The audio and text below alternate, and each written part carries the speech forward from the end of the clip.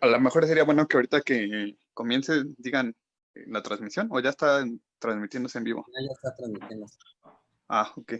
Pues que digan eso, que no se va a aceptar por esta cuestión, ¿no? De Dale, nuestro Francisco. libro. Ya estamos, ¿no? Va, Ahora, espérame. mientras... Bueno, tú me dices cuando comparto pantalla. Ya, si quieres, ve compartiendo. Creo que ya se está transmitiendo en vivo.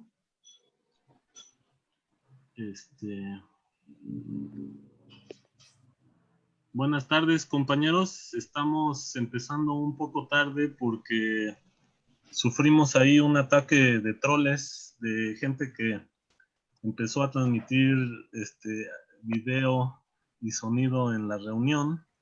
Y entonces, pues en lo que compusimos eso, nos tardamos un poquito, pero bueno, ya vamos a empezar. Pero bueno, sí queremos denunciar que... Pues, que y ahí está. ¿Hay alguien ahí todavía? ¿Quién es? Bien, Piero. ¿Eh? Piero Quispe, ese quítalo. Espérame. No lo encuentro. ¿Cómo es? A ver si quieres yo lo busco. Va. Bueno, compañeros, pues todavía sigue alguien ahí haciendo mala vibra, pero ya vamos a empezar.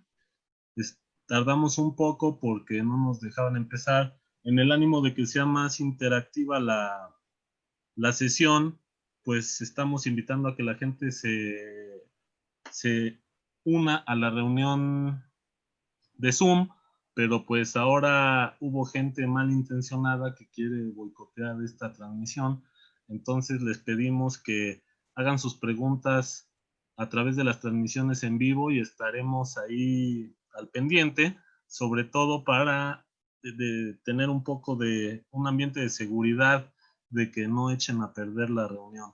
Bueno, pasado este trago un poco desagradable, vamos a presentar de nuevo. César nos va a seguir platicando sobre una breve introducción a la geometría algebraica desde un punto de vista aritmético, y es la segunda sesión de 3 sesiones que nos va a dar. Y bueno, pues los dejo con César y vamos a estar al pendiente de que ya no haya, esperemos, estas malas vibras. Va, César, bienvenido.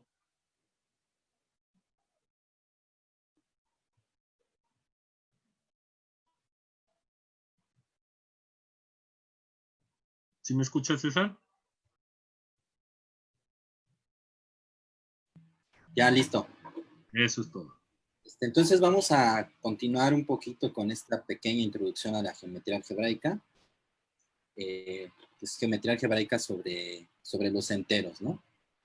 Entonces, nada más para recordar, habíamos definido el espectro de los enteros como los números primos, incluyendo al cero. Ajá, y bueno, hicimos cierta convención de que a los elementos de los enteros los vamos a llamar funciones sobre este conjunto, y su valor en cierto punto, en cierto número primo, que denotaremos así en corchetes, del ideal primo, será lo que resulte de calcularlo a módulo el primo, ¿no? Ok, entonces, más o menos esto vimos algunos ejemplos. Vimos, por ejemplo, la función 5 que toma valor 1, módulo 2 en el punto 2 y toma el valor 2, módulo 3 en el punto 3. Ajá, y vimos 3 ejemplos que son sencillos, pero muy importantes. Por ejemplo, si tenemos un campo, el espectro del campo es solamente un punto, porque solamente contiene a un ideal primo, ¿no? Y bueno, spec de un anillo módulo un ideal, pues es exactamente el conjunto de los primos que contienen al ideal. Y vimos el espectro de esta K álgebra, que es K, bueno, generada por epsilon, módulo epsilon cuadrada, ¿no? Es decir, matamos a los elementos que tengan potencias mayores que 2. Y esto es exactamente epsilon. Esto, obviamente, aquí estamos tomando epsilon suficientemente pequeña. Y, bueno, esto es un espacio, bueno, de hecho es parte del espacio tangente. Globalmente es el espacio de levantamientos o el espacio de deformaciones. Bien, entonces ahí fue donde nos quedamos. Luego definimos una topología de Zariski para cierto subconjunto de un anillo. Pues lo definimos exactamente como aquellos primos que contienen a este conjunto, es decir, los puntos sobre los cuales todos los elementos de ese son 0, y declaramos a tales conjuntos como los conjuntos cerrados, y por lo tanto induce una topología que se llama topología de Zariski. ¿Ah? Y bueno, entonces, con esto es suficiente para generar una topología, y los abiertos distinguidos también los podemos dar de manera explícita como locus donde la función no se anula. Y bueno, estos abiertos distinguidos forman una base para la topología de Zariski. ¿Sí? Entonces, estas son cuestiones topológicas. Vimos una pequeña nota donde la función 0 es un punto denso, ¿no? Visto como punto de los enteros. Es decir, que su cerradura completa el espectro de Z. Ajá. Ahora, bueno, continuando, hasta esto nos quedamos la otra vez, y continuando un poquito más allá, no es muy difícil demostrar que si tenemos un morfismo de anillos y tenemos un ideal primo en A, entonces su contracción, que está dado por la imagen inversa del primo, es un ideal primo en B. Ajá. Es decir, este lema, categóricamente hablando, esto nos dice que el espectro de cierto anillo lo podemos ver como un funtor, de hecho contravariante, ¿no? Porque cambia las flechas. O sea, si tenemos un morfismo de anillos de B a A, entonces el spec ¿sí? Va de spec de A a spec de B. ¿Sí? Entonces cambia las flechas y por eso es un funtor contravariante. Eso se llama funtor contravariante. Y bueno, ¿por qué consideramos ideales primos y no ideales maximales? Los ideales maximales son aquellos ideales que en el momento en que hacemos cociente por ellos bajo un anillo, obtenemos campos. Entonces, por ejemplo, los ideales maximales de los enteros son los primos exceptuando al 0, ¿no? Y bueno, ¿por qué se consideran el spec de Z, o sea, ideales primos y no los maximales? Pues porque tenemos, por ejemplo, la inclusión de Z en Q, ¿no? Entonces, pasando al spec, esto nos voltea las flechas, tenemos spec de Q, Q es un campo, entonces es un punto, y eso nos manda a spec de Z. Entonces, por ejemplo, el ideal 0 no se contrae. ¿No? Es decir, no es un ideal maximal. Digo, no es un ideal primo, perdón. Entonces, por funtorialidad, digamos, estamos considerando ideales primos y no maximales. ¿Vale? No sé si hasta aquí haya alguna pregunta.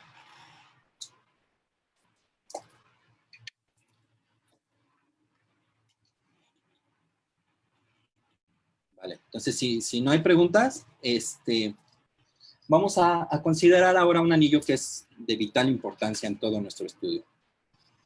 Entonces, a ver, empezamos con un anillo, tomamos un subconjunto multiplicativo de este anillo, es decir, es un subconjunto que contiene a la unidad del anillo, y para cualesquiera dos elementos de este subconjunto, el producto también queda en el subconjunto.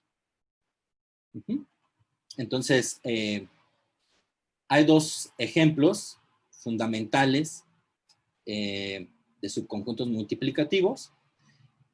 Uno es el complemento de un ideal primo, esto por definición de ideal primo, este es multiplicativo, y también potencias de un elemento en A.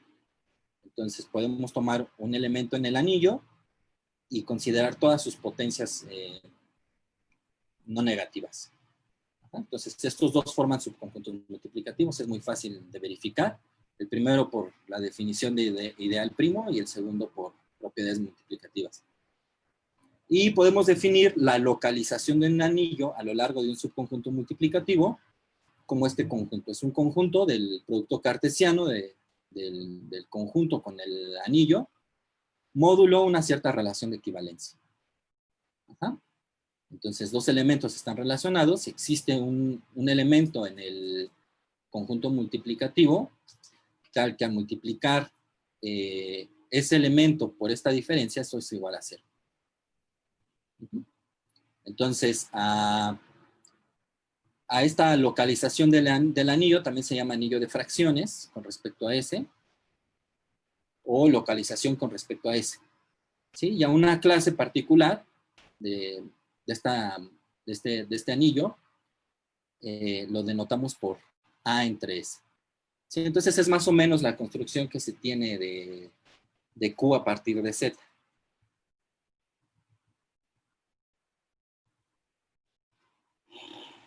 ¿Ok?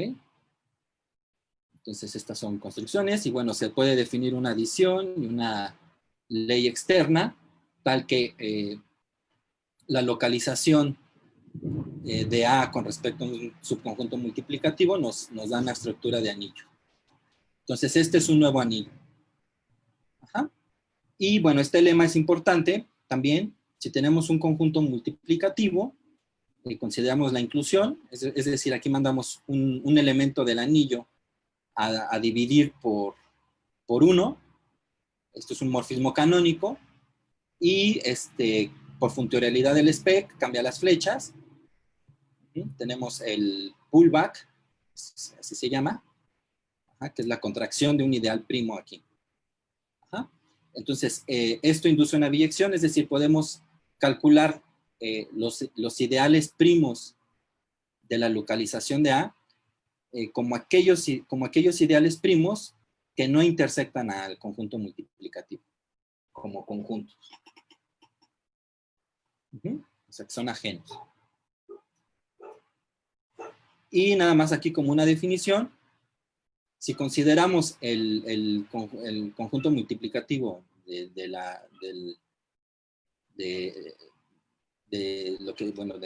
slide pasada, del primero de acá, esto lo vamos a denotar como A sub P. Ajá. Y si tomamos el segundo ejemplo de subconjunto multiplicativo, esto se denota como AF, A sub F, o como A y entre corchetes 1 entre F. Entonces, ahorita vamos a ver ejemplos de esto. Bueno, no sé si aquí haya dudas. Obviamente aquí a este anillo esta localización de este anillo, también se puede ver como solución de un problema de móduli, ¿no? Es decir, es universal en ese sentido. Para los que sepan un poquito de categorías, por el lema de Yoneda. Ok. Entonces, este anillo, antes de este anillo, es que es la localización del anillo bajo el subconjunto multiplicativo que consiste de potencias de F, puede considerarse o se puede interpretar como el anillo de funciones sobre este abierto, ¿no? Que habíamos definido antes. Este abierto distinguido. Y en efecto, ¿no? Cualquier elemento en este anillo se escribe de esta forma. Es A, un elemento del anillo, entre F potencia N, con A un elemento en el anillo, y tomamos un primo en este abierto. Entonces, el valor de esa función en ese primo lo podemos calcular de esta forma, ¿no? Como el valor que resulta de A módulo P entre el valor que resulta de F módulo P elevado a la potencia N. Y esto tiene sentido porque no se anula F. f de p no se anula porque estamos en el cociente. Entonces, esto es un elemento del campo de fracciones de A módulo P. Entonces, no sé si hasta aquí haya dudas.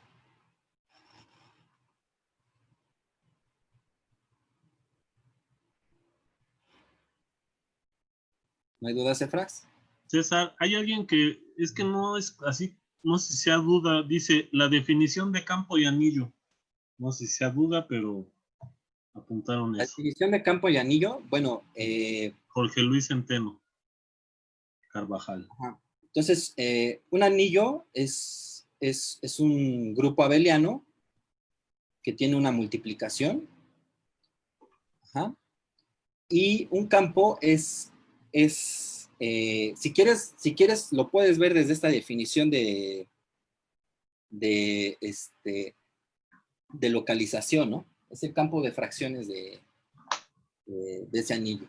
Entonces, por ejemplo, ¿qué estamos diciendo ahí cuando es el campo de fracciones? Es que estamos admitiendo que los elementos tengan una inversa. Entonces, por ejemplo, Z es un anillo, pero no es un campo, ¿no? Porque no hay, al momento de que multiplicas dos elementos, no hay forma en que, dos elementos de un anillo, no hay forma en que te dé uno. Pero en Q sí puedes hacer eso, ¿no? O sea, tomas un elemento, un racional y un entero cualquiera, que no sea cero, por ejemplo 2, entonces un medio si es un racional, entonces a multiplicarlo sí te da 1. ¿Sí? Entonces esa es la diferencia entre un campo y un anillo. ¿Sí? Un campo tiene la estructura del anillo, nada más que admites inversas multiplicativas. ¿Vale? Entonces aquí en esta charla nada más piensa al anillo como Z y al campo como Q. Para propósitos de esta charla. Y justamente es lo que dice este ejemplo. Bueno, antes, si A es entero, o sea, cuando digo esto, hay que especializarnos en, como si estuviéramos viendo aquí a Z, ¿no?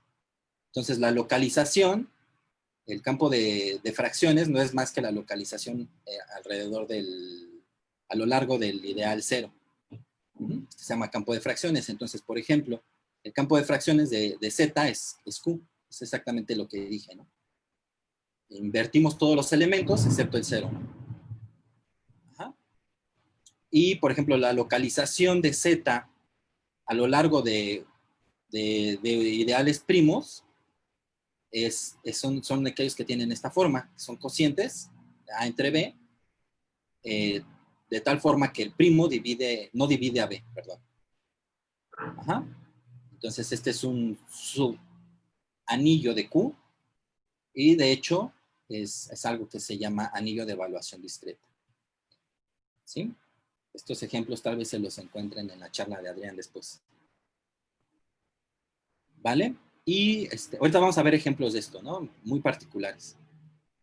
Y, por ejemplo, si ahora tomamos a la función 10 es un entero, entonces es una función. Tomamos al subconjunto multiplicativo, que son potencias de 10.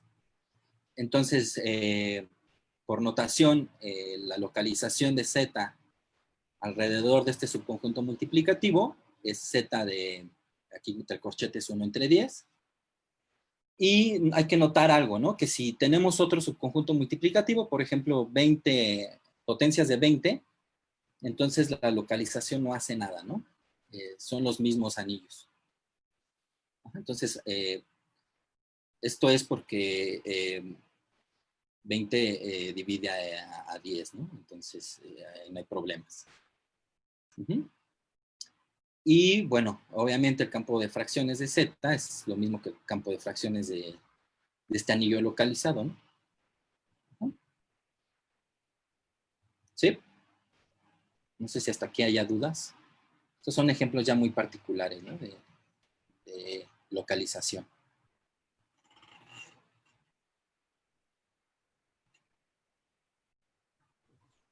Ahorita no hay ninguna duda más. Vale. Entonces, bueno, lo que les decía, ¿no? Hace rato, un ideal de un anillo es maximal si al hacer cociente de A por este ideal, esto sucede que es un campo. Ajá. Esto lo vamos a utilizar mañana en algunos ejemplos. Y un anillo que no es trivial, se llama, o se dice que es local, si tiene a lo más un ideal maximal, ¿no? O sea, si nada más tiene un ideal y este ideal es maximal. O máximo, ¿no? Como le quieran llamar. Ajá. Y bueno, entonces, la siguiente proposición, que no es muy difícil de demostrar, es que si tienen un anillo y un ideal primo, entonces el ideal generado por P dentro de la localización del anillo en P, este ideal es el único ideal maximal. Estamos hablando de que es un anillo local. Y bueno, este ideal tiene esta forma, es F entre S, donde F es un elemento del ideal primo y S no es elemento del ideal. Entonces, ¿por qué sirve todo esto? Bueno, ahorita vamos a ver por qué sirve. Y la proposición es que podemos identificar de manera continua al espectro de A cociente I con el cerrado BI de nuestra topología de Zariski. Ajá. Es decir, estos subconjuntos son homeomorfos. Y podemos identificar, por la regla que les di en la slide pasada, justamente los ideales primos de la localización del anillo con respecto a potencias de F. Y esto es exactamente este abierto. Entonces es una identificación que de hecho es un homeomorfismo bajo la topología de Zariski, ¿no? Entonces los cerrados son de esta forma y los abiertos son de esta forma.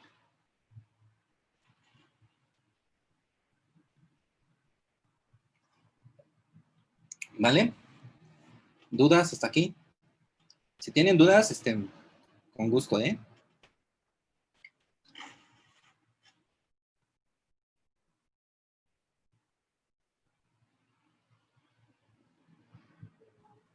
No hay dudas, César. Ya les invitamos a que pongan sus dudas, Y participaciones. si quieren hablar o quieren hacer algún comentario, también pueden hacerlo.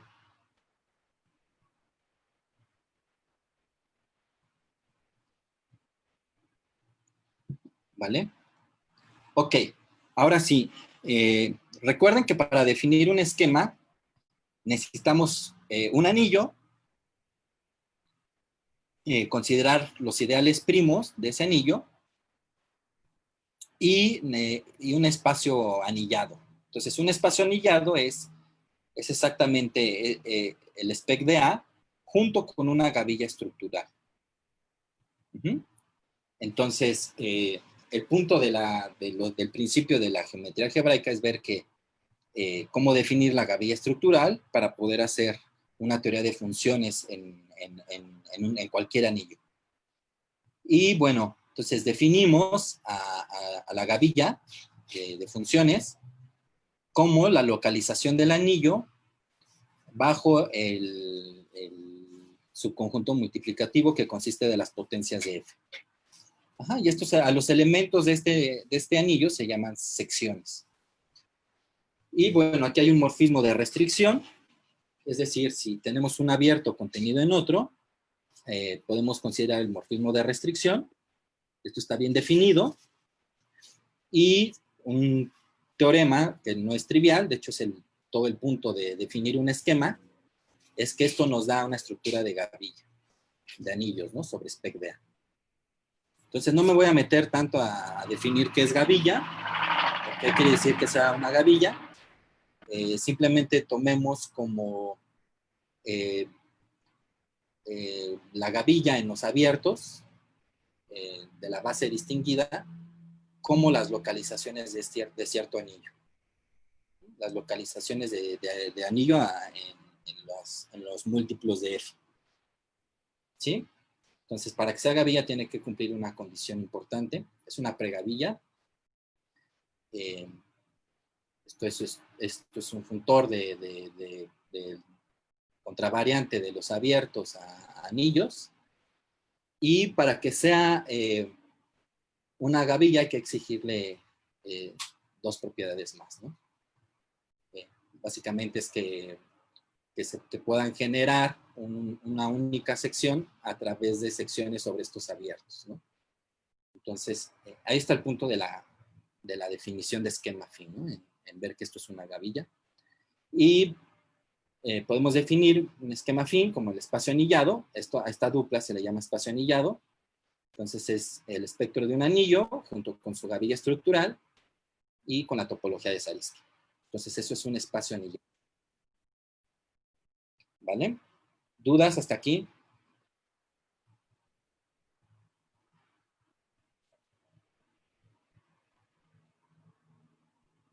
¿No?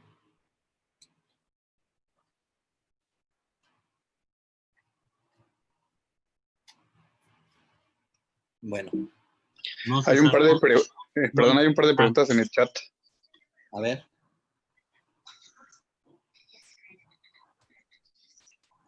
Dice, creo recordar que los anillos de evaluación discreta también tienen un solo primo.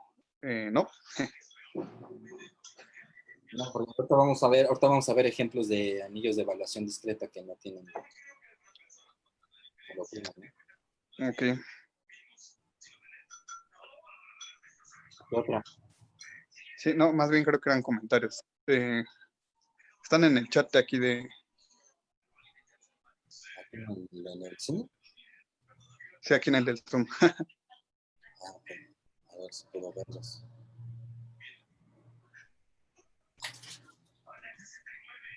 sí fue Jorge Alfredo. Ah, Jorge Alfredo, sí.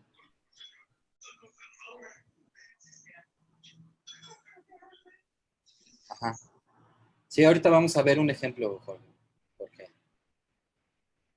Tienen un único ideal maximal, exactamente, como dice Albert.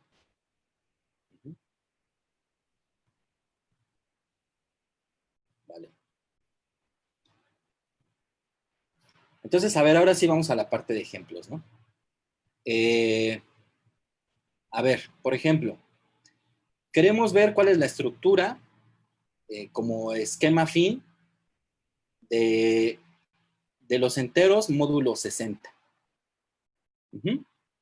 Entonces, hay un teorema, el teorema chino del residuo, que afirma que conocer un entero módulo 60 es equivalente a conocer este entero módulo 3, 4 y 5. Es decir, que tenemos un isomorfismo entre z módulo 60 y z módulo 4, tomando un elemento aquí, tomando un elemento de z módulo 3 y tomando un elemento de z módulo 5. Ajá. Ahora aquí hay un pequeño detalle que no escribí, que ya no me alcanzó a escribir. Hay algo en la teoría de anillos, en álgebra conmutativa, que se llama el radical o el nil radical. Es decir, que si nosotros tenemos un anillo y hacemos cociente con el nil radical, eso nos va a dar una estructura reducida. Es decir, nos va a contar los mismos ideales primos. Entonces, bajo esta estructura reducida, encontrar al spec de Z módulo 60 es equivalente a encontrar al spec de Z módulo 30. ¿Sí? Porque Z módulo 30 es la reducción o sea, el nil radical de Z es 0. El nil radical de Z es 30. Ajá. Entonces, los ideales primos, pues son los mismos ideales primos que contienen a 30, o sea, que dividen. Entonces, son 2, 3 y 5. Todos estos puntos se llaman puntos cerrados porque son ideales maximales. ¿Sí? Estos ideales son maximales.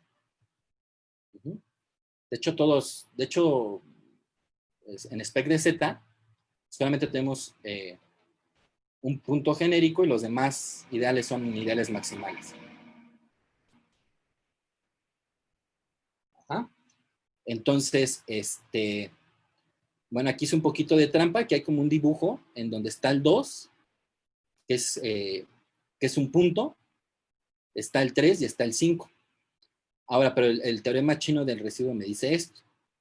Entonces, más bien aquí 2 hace 2 al cuadrado es 4, ¿no? Entonces, aquí estamos considerando nilpotentes. Entonces, esa es la diferencia. Y en el reducido no consideramos nilpotentes. Entonces, es un poco más gordo este punto. Es como un doble punto. ¿Vale? Entonces, es algo que debí de haber dicho, pero ya no dije. Aquí tenemos otro ejemplo. Tenemos este anillo de evaluación discreta, contestando un poco a la pregunta de Jorge Alfredo, localizado en 5. Entonces, los ideales primos consisten de 0 y 5. Entonces, tiene 2 ideales primos y un único ideal máximo. ¿Sí, Jorge Alfredo? Bueno, complementando también la respuesta de Adrián, ¿no?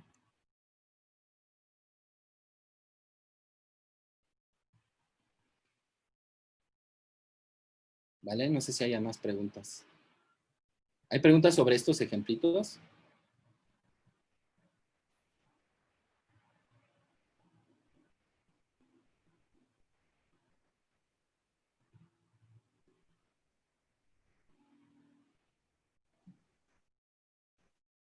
Los ABD son... Jorge Alfredo mismo se contesta, los ABD son de dimensión 1. Exactamente. ¿Cuál es la dimensión de este espectro? De spec de Z5. A ver, un punto.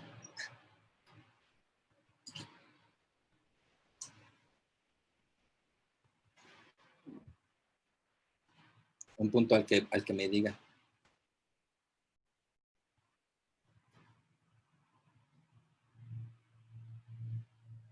Bueno, entonces aquí no estamos hablando de dimensión ni de nada, pero una pregunta para Jorge. ¿Vale? Entonces, ¿hay dudas aquí en cómo estamos haciendo, cómo funciona aquí la geometría de los números enteros?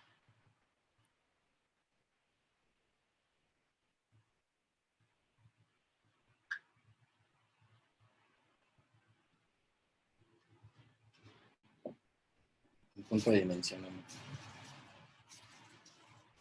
Vale, entonces continuamos.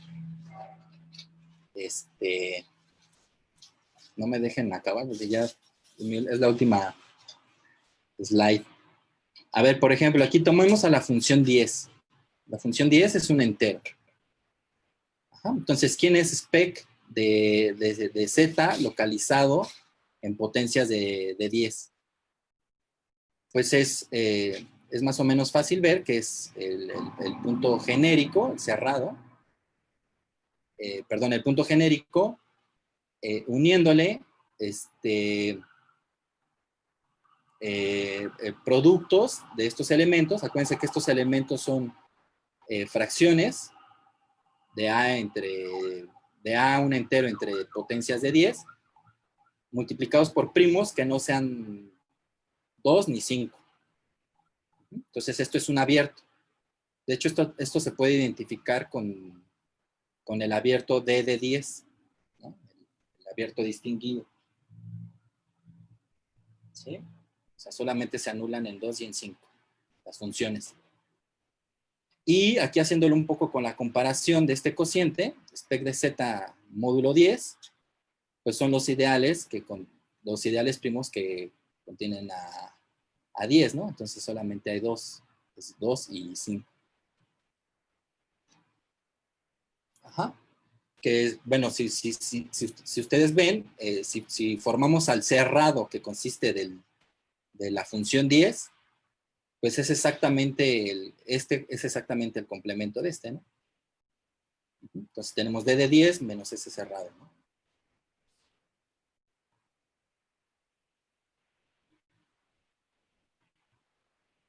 ¿Sí? No sé si se va entendiendo la interacción que hay, la interacción topológica, geométrica y aritmética de estas cosas.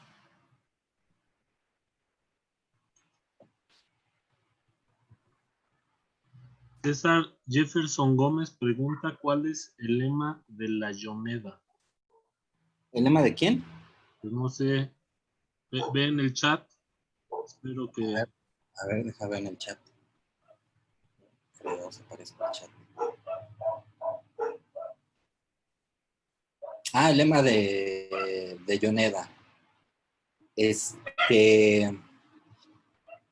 Híjole. De Yoneda, perdón.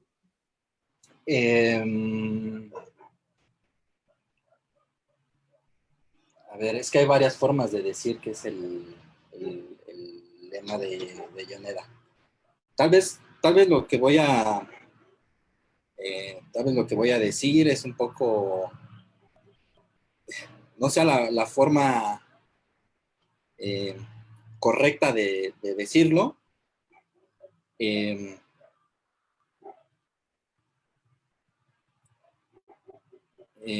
Por ejemplo, que las relaciones que hay entre un funtor que se dice que es representable, entonces tú tienes una cuestión de módulo, ¿no? Es decir, quieres representar por medio de un objeto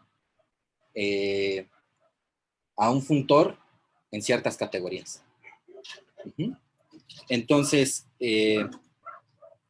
si tú consideras cualquier otro funtor, entonces ese funtor, los puntos de ese funtor están en correspondencia 1 a 1 con los homomorfismos en la categoría que tú estás estableciendo. Otra forma de decirlo es que las flechas que tú tienes en una categoría son las mismas flechas que hay en la otra. Esto se dice que es fully faithful, ¿no? No sé si contesté tu pregunta.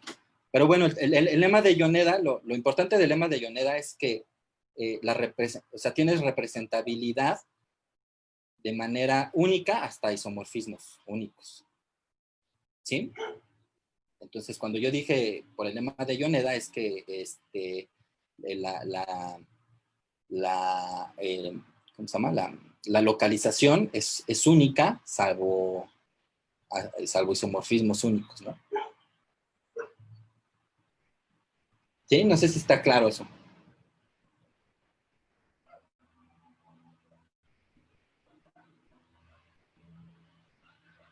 Ah, ok. Si entendiste, está bien.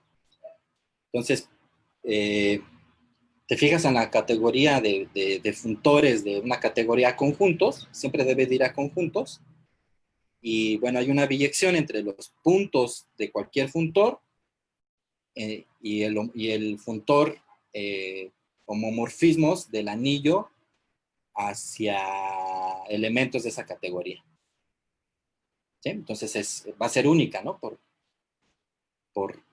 cosas de abstract nonsense.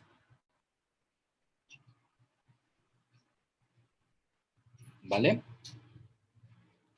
Entonces, a ver, en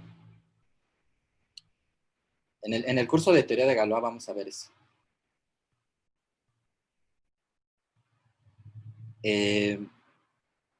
Entonces, tenemos, por ejemplo, aquí una función sobre spec de z, que es una sección que está dada por 27 entre 4. Entonces, aquí está definido sobre este abierto, ¿no? Entonces, es spec de z menos estos dos puntos. Entonces, podemos calcular cuánto vale esta función en el punto 5 utilizando la fórmula que vimos acá. Ajá, esta formulita de aquí. Entonces tenemos que los puntos de este cociente los podemos calcular como A módulo P entre F módulo P a la N. Ajá. Entonces aquí, por ejemplo, si hacemos eso, entonces tendríamos, ¿cuánto es 27 módulo 5? Pues es menos 2 módulo 5 y esto es congruente con 3 módulo 5. Entonces la sección en este punto es 3. Y si se fijan, la función tiene un polo en 2, porque esto es 2 al cuadrado. Entonces tenemos aquí que se indetermina, entre comillas, en 2, y hay un triple cero en 3, porque 27 es el producto de 3 consigo mismo 3 veces. Entonces ese funciona como el 0, módulo 3, ¿no? Ajá. Ahora, ¿cuál es la función? La sección evaluada en 0, pues no hacemos nada, ¿no? Es 27 entre 4. Y la sección evaluada en 3, pues ya sabemos que 3 es un 0, ¿no? Para esta función. Entonces la sección en 3 es 0. ¿Vale? Entonces ustedes pueden calcular, así pueden tomar secciones. Por ejemplo, si toman S igual a 10, eso está definido sobre spec de Z, ¿no? Sobre spec de Z menos 2 y 5, ¿no? Entonces pueden calcular secciones también ahí, en distintos puntos, o la sección 1 entre 10, también pueden considerar funciones racionales. ¿Sí? Entonces lo que básicamente les estoy diciendo es que ustedes pueden crear una teoría de funciones, como lo hacen en variable compleja, pero en el anillo de enteros. Ok. Y bueno, el ejemplo que vamos a dar mañana, ya nos vamos a meter con los enteros gaussianos. Entonces, todo lo que he dicho para los enteros se puede decir también para los enteros gaussianos.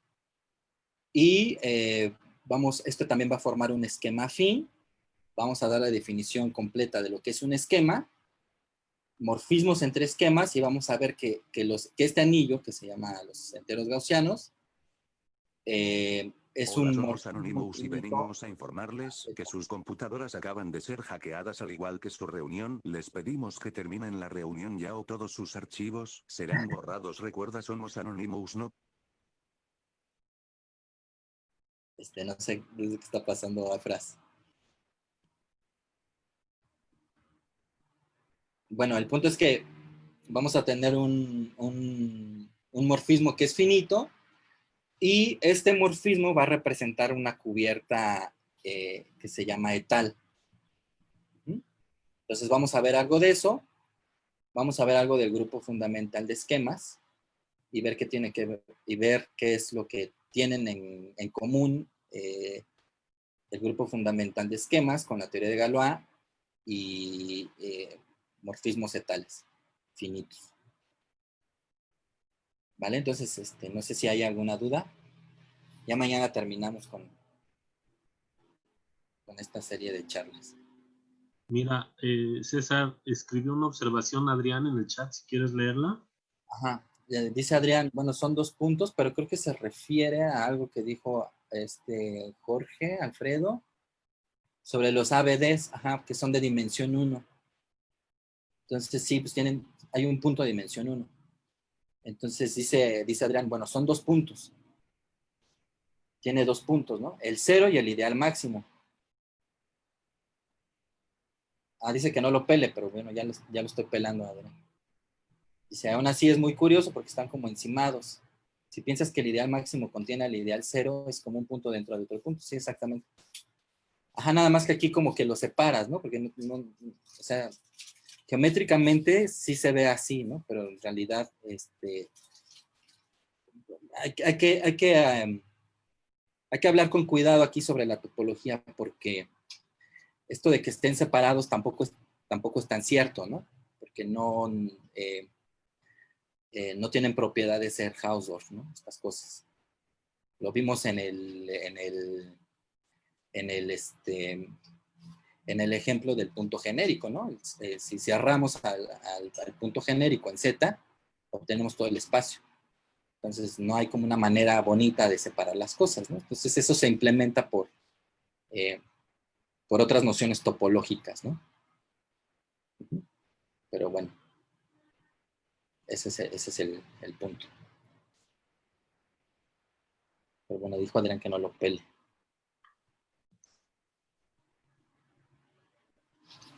¿Vale? Entonces, mañana vamos a ver los enteros gaussianos que tienen que ver.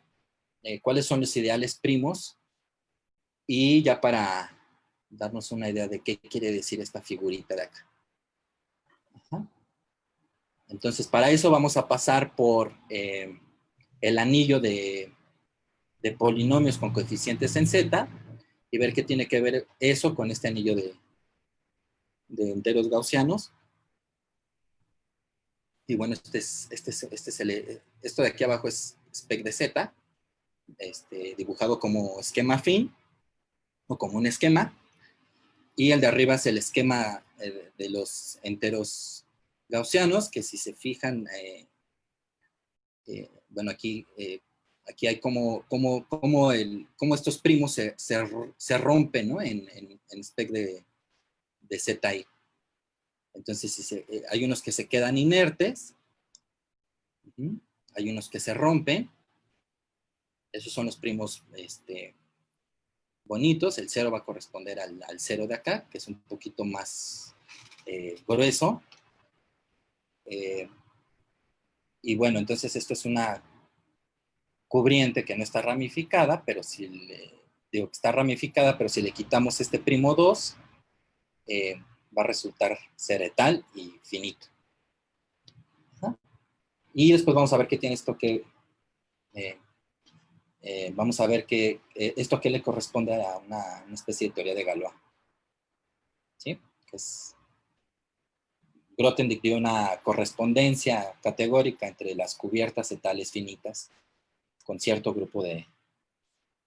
bueno, con cierto tipo de representaciones en donde actúa el grupo de Galois. Entonces eso se llama correspondencia de Grothendieck-Galois. ¿Vale? Y bueno, al final del día lo que quiero es que vean qué tiene que ver la teoría de esquemas, la teoría de anillos, grupos de Galois, y cómo se complementan unas con otras. La teoría de categorías, etcétera, etcétera. ¿Sale? No sé si haya más preguntas.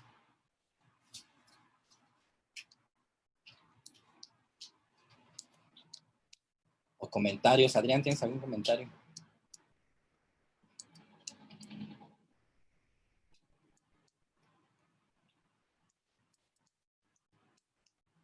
No. Creo que había algún comentario, pregunta en Ciencias TV. Dice, ¿qué relación hay con P-ADIX y Functors? De Adam Pablo. ¿Qué hay qué? ¿Qué relación hay con P-ADICos y Functores, supongo? ¿Con P-ADICos? Sí. Bueno, bueno, es una pregunta de hace 36 minutos. Entonces, igual y ya. No, pero bueno, tiene sentido, ¿no? Porque cuando tú tienes un anillo de evaluación discreta, por ejemplo, aquí este anillo, hay un proceso que se llama de completación.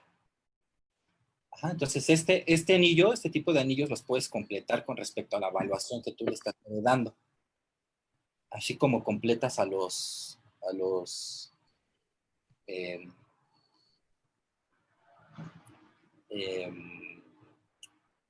cuando completas para obtener a los números reales, ¿no? O a los complejos. Entonces, la completación de estos anillos de evaluación discreta te va a dar un nuevo anillo, que justamente son los anillos, los enteros p-ádicos, ¿no? Se llama. Y el campo de fracciones de los enteros p-ádicos también son los números p-ádicos, ¿no? Adrián va a hablar más de eso, creo. Sí, pero la completación de esto te dan los p-ádicos. Los p-ádicos también, bueno, ahí cambian muchas cosas, ¿no? Porque ya tienes otro tipo de teoría de evaluación. Es lo que les comentaba al principio de esta plática, ¿no? Entonces tenemos a los grupos, que ya vimos algo de grupos, ya vimos algo de evaluaciones, ya vimos algo de gavillas, ya vimos algo de espacios topológicos, ya vimos algo de anillos y de números naturales, ¿no? Entonces,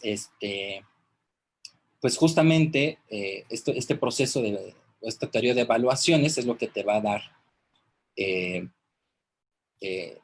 la completación de ciertos anillos, te van a dar unas nuevas estructuras de anillos. ¿Sí? Sin embargo, está como en este pedazo. Te va a dar cosas no arquimedianas. Entonces, la geometría que cuantifica esos números ya no es euclidiana, ¿no? Entonces, ahí es donde entran los espacios ádicos, o los espacios rígidos, o los espacios de Berkovich, o los espacios de Tate, ¿no? Sí, lo dije en orden descendiente, ¿no? O sea, como que estos generalizan a los otros. Tate fue el que empezó con el estudio de este tipo de estructuras rígidas, y bueno, ya se fue generalizando.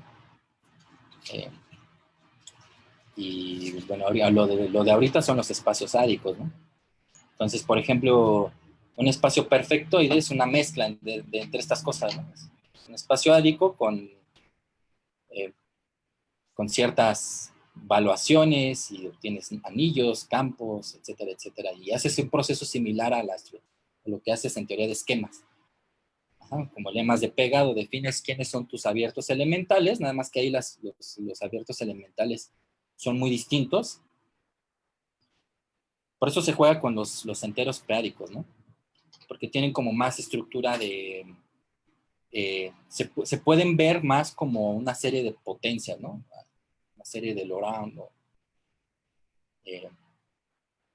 Y bueno, hay que ver cómo hacer este tipo de transformaciones de los espacios o de los números preádicos a espacios de Laurent con una variable indeterminada, ¿no? Nada más que estos espacios de Laurent deben de estar con coeficientes en campos finitos. Entonces, hay una dualidad ahí un poco medio extraña que solamente se puede entender bajo extensiones de Galois. Ajá. Y eso es un teorema que demostró en toda su generalidad Peter Scholze, ¿no? Utilizando esta idea de perfectoide. Y aquí la idea de perfectoide es justamente esto que les estoy diciendo, ¿no? Es que estos espacios no obedecen estructuras topológicas clásicas como Hausdorff y todo eso.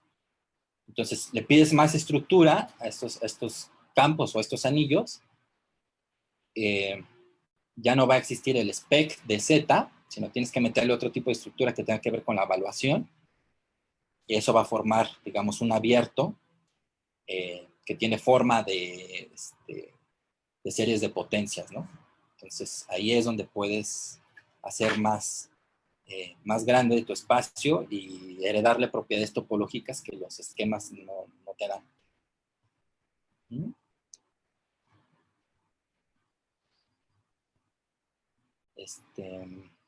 Nos dice Jorge Alfredo, oye, y en este punto ya puedes sacar información aritmética a partir de la versión geométrica de estos esquemas, o necesitas más maquinaria. Bueno, información, depende de qué tipo de información aritmética necesitas. Ajá. Por ejemplo, descomposición de primos, eso todavía no lo obtienes. Uh-huh. Pero de alguna forma, bueno, algo que no dije, que también es prácticamente una consecuencia del lema de Yoneda, es que en la categoría de esquemas afines, los enteros son el objeto final de tu categoría. ¿Sí? Entonces, más bien lo que vamos a considerar, o lo que se puede considerar, son esquemas sobre Z. Y ahí es donde ya puedes hacer aritmética sobre Z. Uh-huh. Por ejemplo, la curva fundamental de Fermat es un esquema que está situado en los enteros. Uh-huh. Entonces sí necesitas como la noción de morfismos. Un esquema en sí no te va a decir gran cosa. Un esquema te va a decir algo a través de sus morfismos, ¿no? Es como la teoría de funciones. Un conjunto en sí no te puede decir gran cosa. Lo que te dice es cómo está representado a través de funciones, lo comparas con otros conjuntos, ¿no? Pasa lo mismo con la teoría de esquemas o con espacios topológicos. Puedes decir algo de eso a través de sus sus morfismos. ¿Sí? No sé si contesté más o menos tu duda.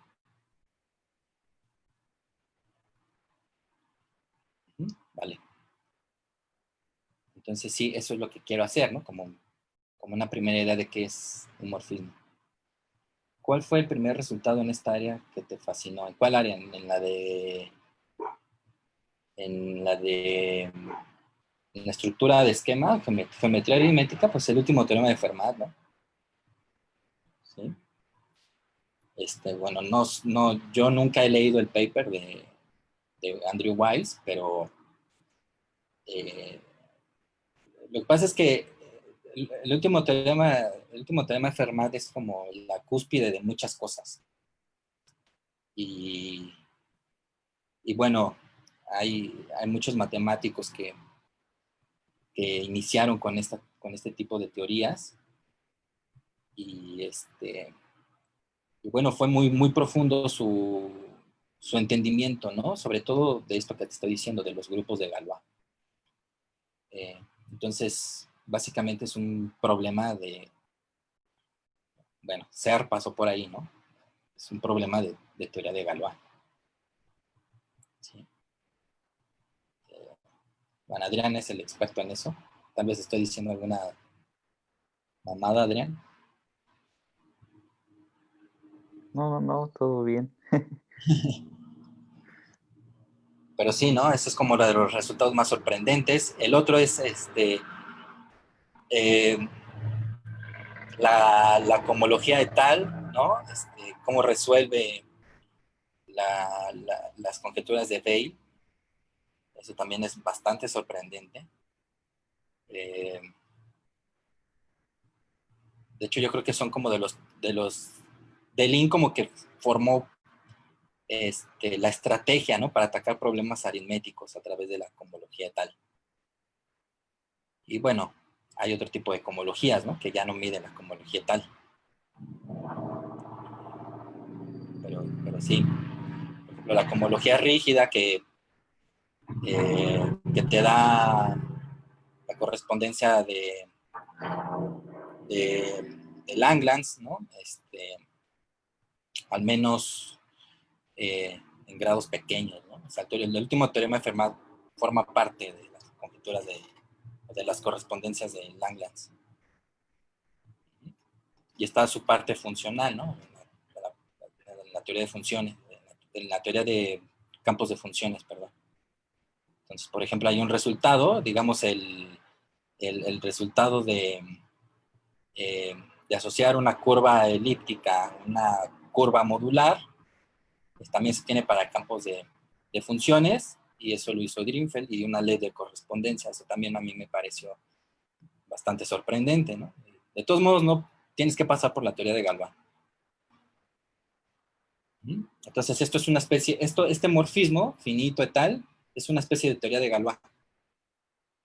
Ajá. Nada más que para variedades o para esquemas. Sí, esto lo puedes hacer para variedades también. No es muy difícil pasar de un lenguaje al otro.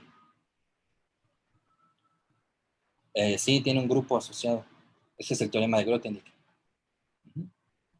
Bueno, tiene una representación asociada donde actúa un grupo, de manera discreta. Pero sí, es un grupo de Galois. Vale, entonces, no sé si hay otras preguntas, o Adrián, comentarios, por si no la estoy cagando. Hay otra pregunta ahí de Yareli Hernández. ¿Dónde podemos encontrar más información sobre estos temas? Bueno, es un poco complicado dar como la bibliografía fundamental de la teoría de esquemas, porque no existe. Hay compilados, hay muchos libros.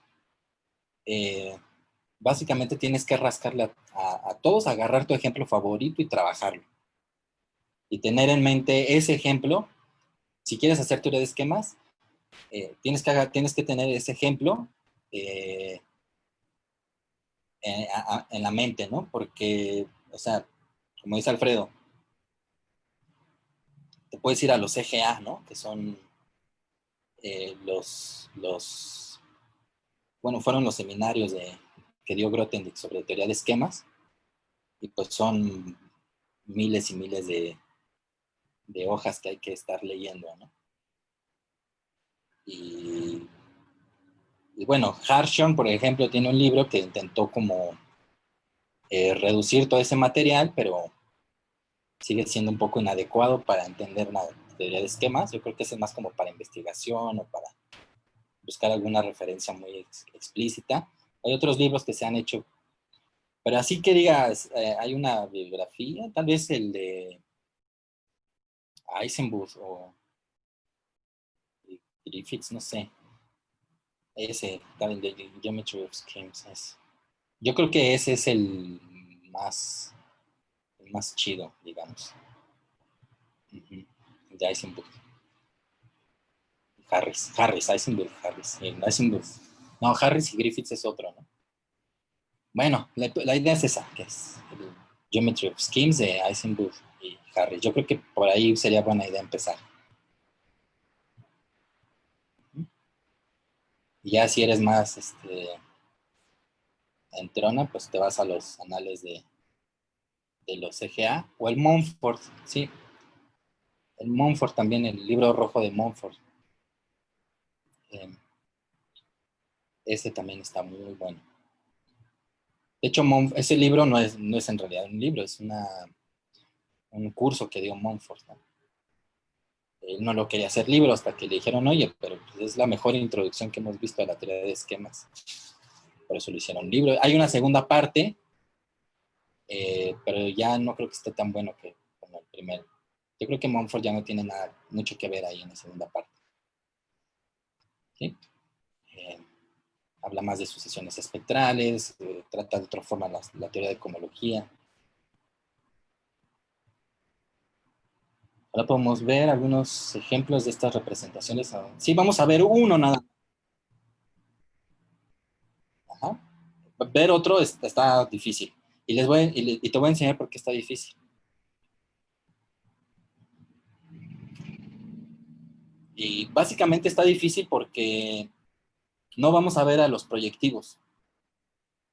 Ajá. Entonces, los esquemas o los espacios proyectivos son cosas que no son afines. Entonces, pero tienen mucho más estructura, ¿no? Son más finos, te ayudan a conseguir más propiedades parecidas a la parte compleja. Pero también, bueno, pasas por un anillo que ahora tiene que ser graduado y todo este proceso que acabo de decir. Ajá. Y bueno, morfismos de esquemas, los morfismos de esquemas buenos son los proyectivos. Entonces, pues nada más nos vamos a quedar con la teoría de Galois de un punto, ¿no?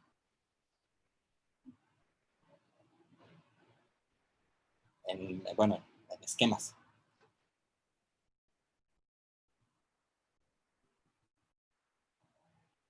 ¿Qué más? ¿Qué más, Jorge?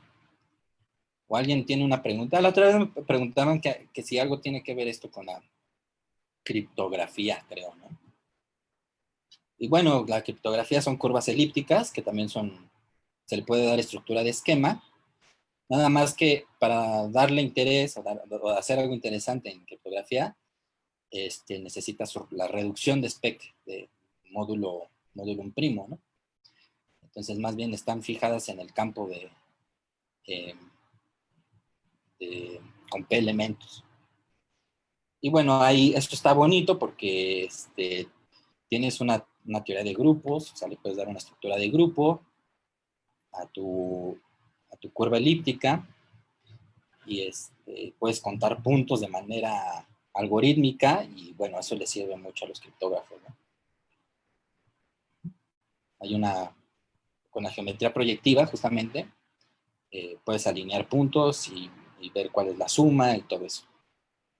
Y bueno, eso le das estructura de grupo y bueno, le das un grupo de Galois asociado, que también es finito, en algunos casos, es el módulo de Tate, que bueno, es el primer grupo de homología, ¿no?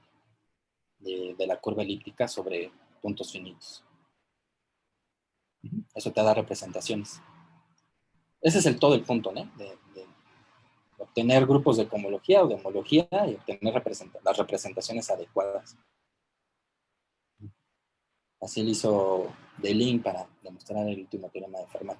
Digo, el último teorema de Fermat de la hipótesis de Riemann en campos de funciones.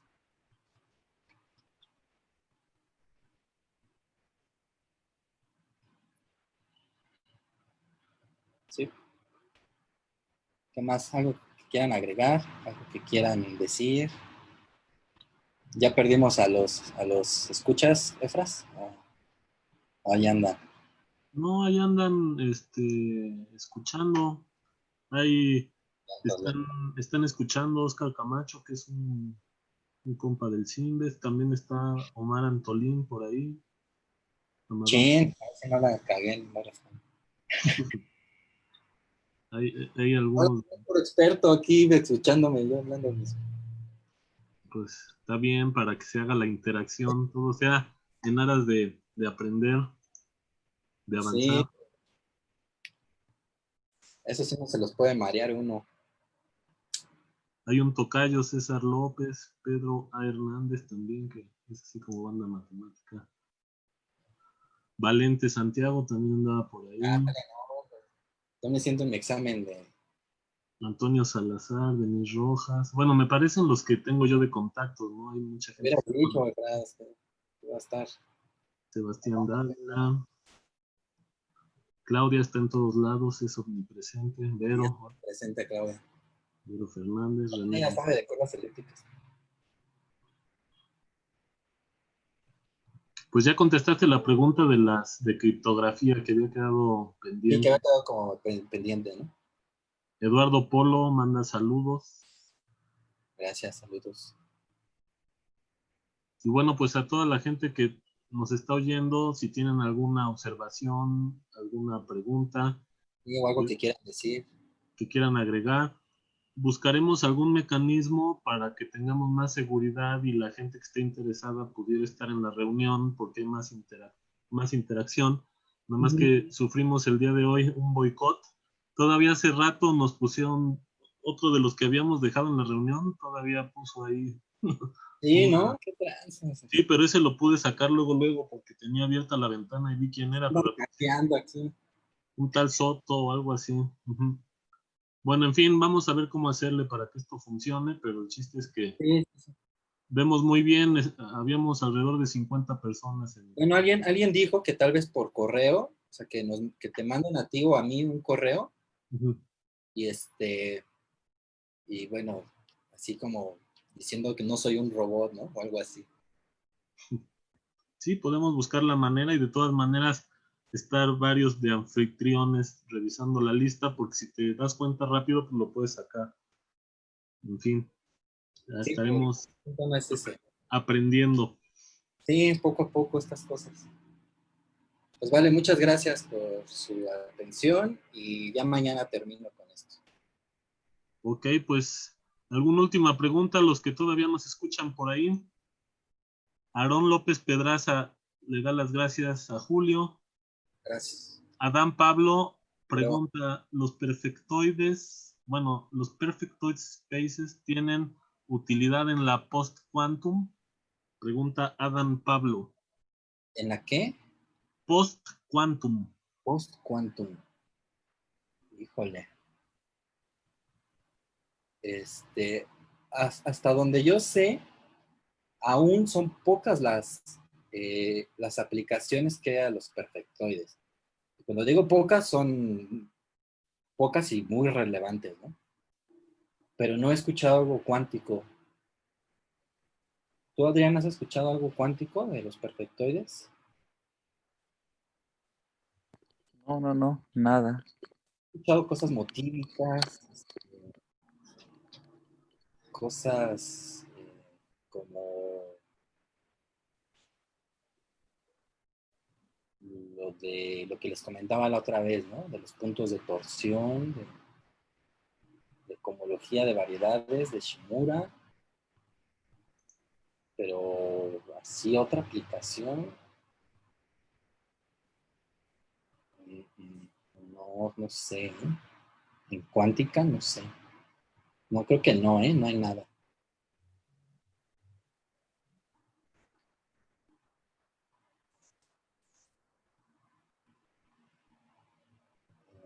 Eduardo Polo pregunta, ¿sirven las sucesiones? Las sucesiones, ¿cuáles sucesiones? No sé, nada más puso así, abajo de la pregunta de Adán Pablo. Sucesiones.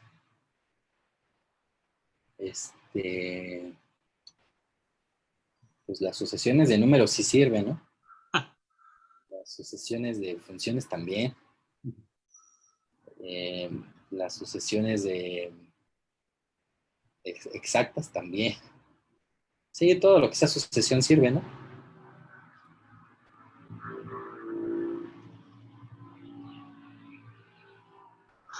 Ok, Daniel Maya te da las gracias. Pero también.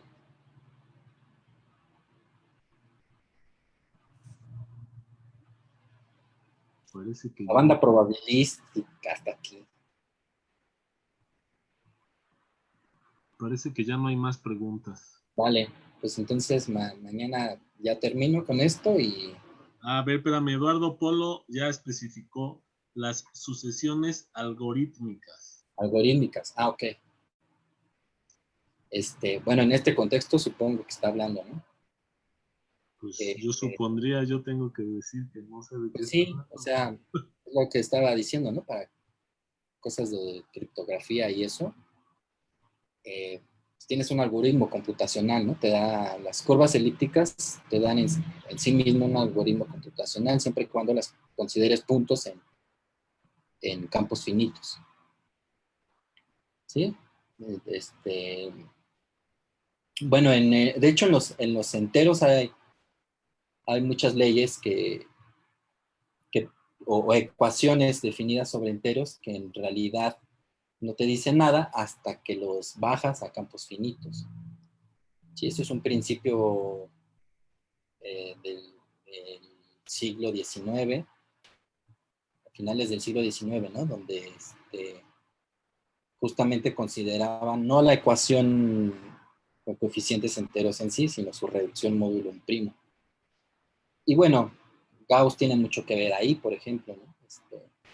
Con su ley de reciprocidad cuadrática, que básicamente es un teorema de álgebra lineal. Es un teorema de álgebra lineal. Lo que pasa es que en nuestros cursos de álgebra lineal nunca te enseñan álgebra lineal sobre campos finitos, ¿no? Y eso creo que es un grave error.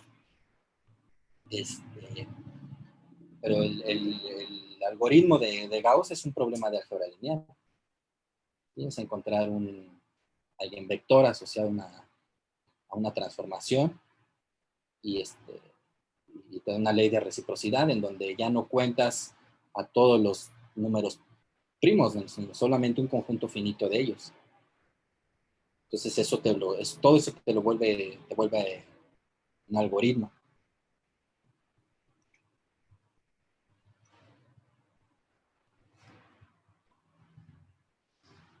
De cómo se encuentran los espectros cocientes y localizaciones de Z dentro de su espectro. Pues sí se podría. Lo que pasa es que a veces no tienes mucha información, ¿no? Por ejemplo, aquí tienes el cociente de Z módulo 10, nada más tienes 2 puntos, ¿no? Solo los puedes dibujar. Si tienes Z módulo 60, tienes 3 puntos que también se pueden dibujar, ¿no? Esto es un esquema fin. Y localizaciones, pues también las puedes dibujar, ¿no? 0 y 5. Punto 0 y 5. Y estos no son gordos, ¿no? Bueno, este sí, pero este no.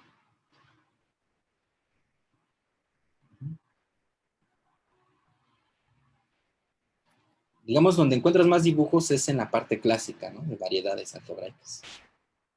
Ahí sí puedes dibujar un montón.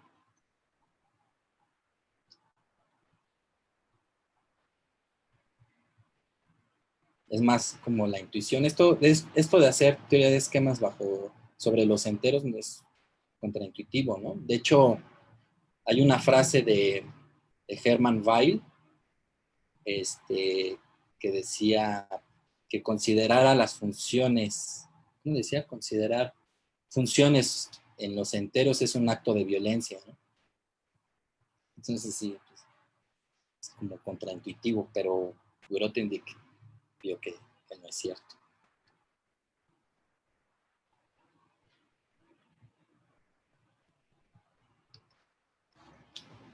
Sí, luego les paso bien la cita. Tal vez estoy diciendo algo un poco mal, pero la idea es esa.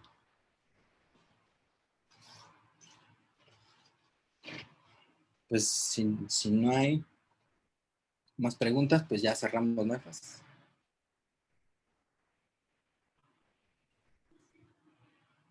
Sí, parece que ya no hay más preguntas, César. Otra vez. ¿Y mandé? Antes de que nos hackeen otra vez. Ah, ya. Sí, parece que ya no hay más preguntas, solamente te dice Eduardo que ya quedó aclarada su duda. Ah, ok.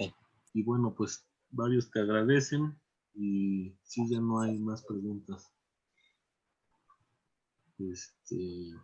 Por cierto, estoy promoviendo un mini curso tipo Miguel Ángel, Ajá. pero sobre teoría de Galois. Así empezar desde cero la teoría de Galois y llegar a esta correspondencia que les dije hace rato. Ah, pues está muy bien. Pues si te late la onda, lo que podríamos hacer es hacer un comercial, así, si quieres al final de la sesión que entra, podemos Ajá. Sí, si quieres hablamos antes y ya platicamos. Va. ¿Sí? Sí, está bien. Sería, bueno, ese lo tengo planeado empezarlo este jueves. Órale, pues mañana puede ser. Ahí piénsale un comercialito rápido aprovechando la tecnología que nos da. Va. Vale, Bueno, pues ya no hay más preguntas. No sé si de los demás organizadores del coloquio, Paco, si quisiera decir algo, alguna pregunta. Tal vez. Pues no. Ajá, vas, Paco. Más bien pues, agradecer la participación del compañero y pues igual pensar ahí que podemos, decía una compañera por ahí que en el coloquio latinoamericano hacían esto de pedir, mandar por correo, ¿no? Entonces igual sí podríamos hacer eso para evitar ataques posteriores, ¿no? Sí. Ok. Sí, pues lo vemos y a ver qué se nos ocurre. Sí. Vale, pues gracias a todos por participar también. Yo nada más, así como pregunta, pero puede ser para la otra, que es la última sesión, que a lo mejor algunas cosas las has dicho ya, pero para la banda con menos experiencia que anda oyendo, pues pintarles así como un mapita de cosas que hay que ir estudiando, ya sean temas o materias, para que... Bueno, aquí sí, justamente aquí ya avancé un poquito más, ¿no? Antes les había dicho que álgebra superior 1 y 2, algo de topología, algo de tal vez muy poquito de anillos, pero ahorita ya empezaron a salir cosas categóricas, ¿no? Entonces, un curso que no sea como tan de categorías, porque luego no sé qué tan productivo sea si tienes algo ya en mente, pero sí buscarse 2, 3 ejemplos totalmente categóricos, ¿no? Por ejemplo, algo que se pueda ver en topología algebraica, o aquí hay uno, ¿no? Algo que,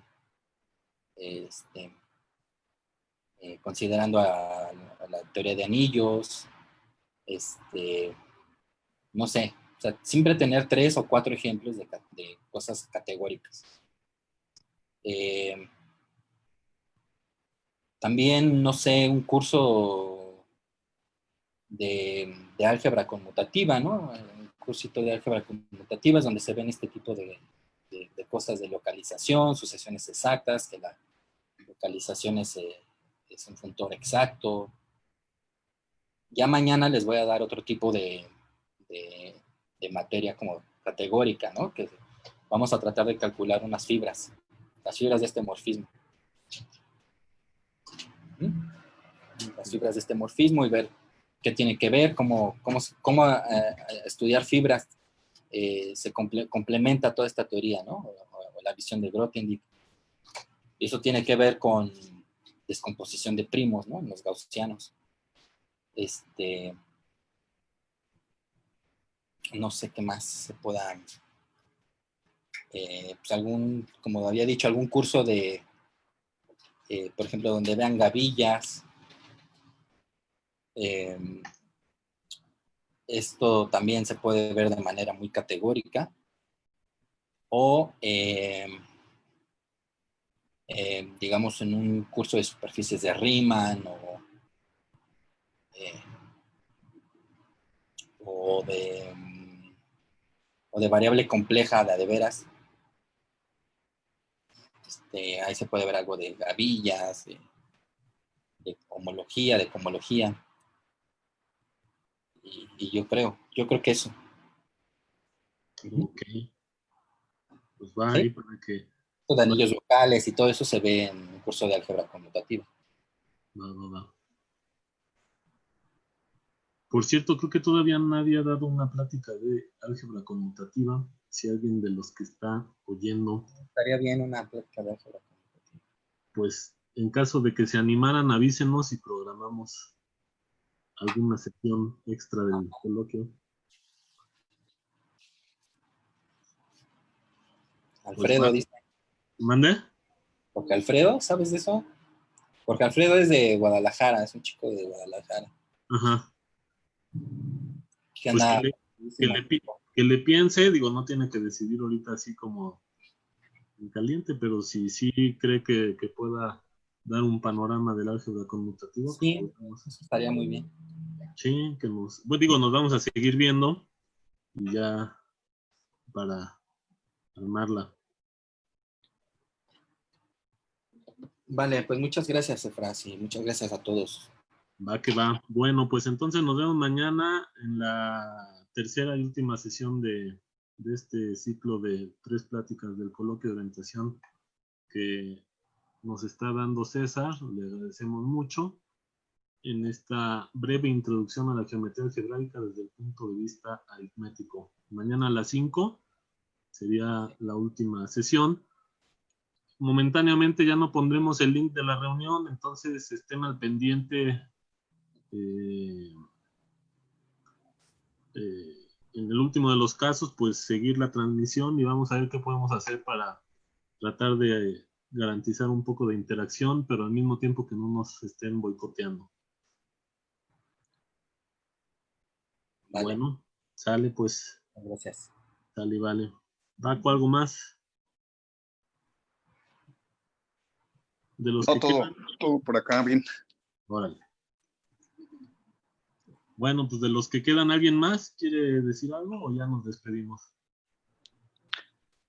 Para cortar la transmisión.